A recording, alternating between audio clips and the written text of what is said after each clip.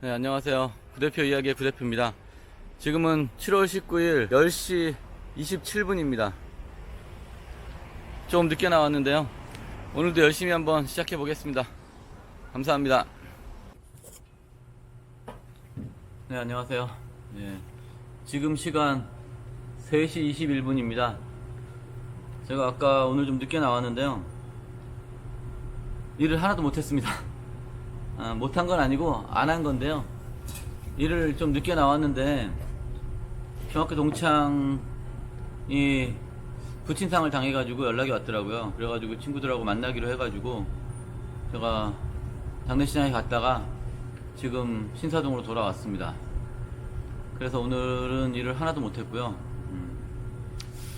오늘은 그 댓글로 질문을 하신 것들에 대해서 제가 답변을 좀 드리려고 합니다. 그리고 그 전에 축하를 좀 해주십시오. 오늘부터 제가 광고가 붙었습니다. 드디어 유튜브 시작한 지 5주일 정도 됐는데요. 굉장히 빠른 시간 내에 광고가 붙었습니다. 광고 승인이 2주 만에 났습니다. 보통 한 달에서 석 달 정도 걸린다는 거였는데 2주 한 17일 만에 광고 승인이 나서 오늘부터 광고가 붙습니다. 네. 그리고 이제 택시 하시는 분이 택시가 나은지 대리가 나은지 그거에 대해서 여쭤보셨어요. 택시로 만약에 250만원 정도의 수입이 난다면 그거는 대리로 한 300만원 정도 수입 나는 거랑 비슷한 겁니다. 4대 보험이 되니까요. 그리고 택시로 250만원 밑으로 수입이 나신다면 대리를 열심히 했을 때는 그거보다 더 벌 수는 있습니다. 근데 장단점이 있기 때문에 제가 대리가 무조건 낫다 이렇게 얘기하기는 좀 어려워요. 왜냐면 대리로도 200만원 정도밖에 소득이 안 되시는 분들이 되게 많거든요. 그러니까 택시로 소득이 얼마가 나는지가 중요합니다. 택시로 200만원 미만의 소득을 내신다면 그거는 택시보다는 대리가 낫다고 보여집니다. 왜냐면 일단 자유롭잖아요. 대리는. 택시는 하루에 12시간씩 26일 가까이를 일해야 되고 대리는 뭐 똑같이 26일을 일한다 그래도 시간이 12시간씩은 일을 안 하니까 대리로 12시간 하루에 일하고 26일 일하면 그렇게 일하시는 분 중에 한 350 이하로 버시는 분은 없는 것 같아요. 12시간 일해가지고는. 그러니까 보통 12시간을 안 해서 그렇지 12시간 일하면 기본적으로 350 이상은 수입이 된다라고 저는 생각하거든요. 뭐 더 벌 수도 있습니다. 물론 뭐 한 유튜버 분은 카카오만 가지고 하루에 12시간에서 16시간 일해가지고 뭐 680만원 찍기도 하더라고요. 그분 보니까 하루도 안 쉬고 하니까 그건 가능한 일인데 하루도 안 쉬고 12시간에서 16시간 일하면 뭐 카카오가 아니라 로지만 가지고 하더라도 충분히 가능할 거라고 저는 생각이 되고요. 어쨌든 열심히 하시는 분들은 소득이 되고 열심히 안 하시는 분들은 어차피 소득이 안 되는 건 어디나 똑같습니다. 근데 택시는 열심히 해도 300 이상 찍기가 사실은 거의 불가능하거든요. 뭐 300 이상 찍는 분들도 계시긴 하지만 뭐 이 대리 쪽에서 열심히 하는 것보다는 그 차이가 좀 있을 것 같아요. 택시로 열심히 해가지고 벌 수 있는 한계랑 대리로 열심히 해가지고 벌 수 있는 한계는 대리 쪽이 더 높다. 그거는 확실하다. 그 말씀을 드리고요. 택시로 250 이상 버신다 그러면 대리 쪽으로 전업하시는 거는 저는 반대입니다. 근데 물론 택시가 단점이 또 있는 게 뭐 허리가 안 좋아진다든지 건강이 안 좋아진다든지 이런 것들이 있어요. 다리가 약해진다든지. 대리는 하시면 하실수록 건강해지신다는 분이 더 많거든요. 더 많다는 겁니다. 무조건 다 건강해진다는 건 아니에요. 대리해가지고 뭐 건강 찾았다는 분들도 꽤 많이 봤으니까요. 제가 그렇게 참고를 하시고요. 그 다음에 이제 전동휠이나 킥보드가 버스나 지하철에서 태워주느냐. 뭐 지하철은 다 태워주고요. 버스는 조례상 안 태워주는 게 불법은 아닙니다. 그러니까 기사가 판단을 해서 이거는 위험하다 싶으면 안 태워줄 수 있어요. 대부분의 버스 기사님들은 태워주십니다. 근데 이제 제가 경험한 어떤 버스는 그 버스 안에서 이 대리기사가 이 킥보드를 가지고 탔는데 뭐 급정거를 했는지 뭐 코너에서 돌았는지 그건 정확히 모르겠지만 어쨌든 그 킥보드에 옆에 있는 승객이 부딪혀가지고 다친 거예요. 그랬는데 그거를 버스 기사가 물어줬다는 거예요.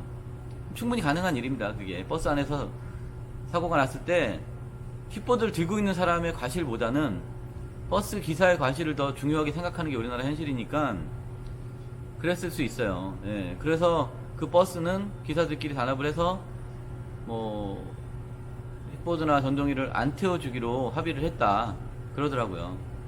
근데 그런 버스가 사실 지금 많지는 않습니다. 제가 지금까지 계속 뭐 첫차를 많이 타고 다니는데 그 버스 외에는 대부분의 버스가 다 태워주니까요. 근데 이제 셔틀버스, 대리용 셔틀버스는 킥보드를 안 태워주는 셔틀버스가 훨씬 더 많습니다. 예, 킥보드는 부피가 크고 이게 공간을 많이 차지해서 사람 한 명을 못 태우거든요.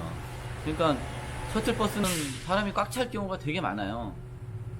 그렇기 때문에 킥보드는 거의 안 태워주고요. 전동 휠도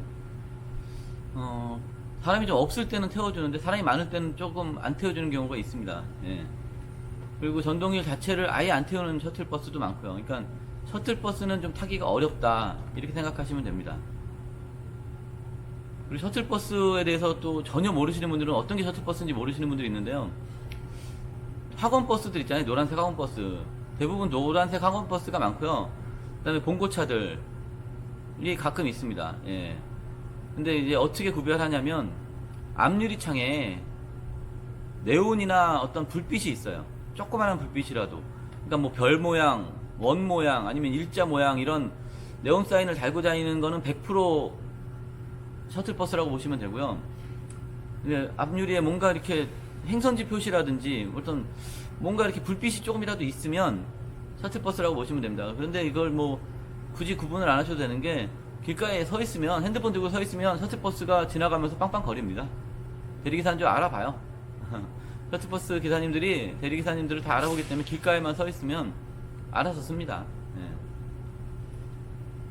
그리고 제가 그 셔틀버스 노선 그거를 영상으로 올렸는데 그 영상 맨 첫 번째 댓글에 보면 제가 다운받을 수 있게 그거를 올려놨어요. 다운받는 방법은 그 댓글에 들어가셔가지고 그 댓글을 복사하십시오.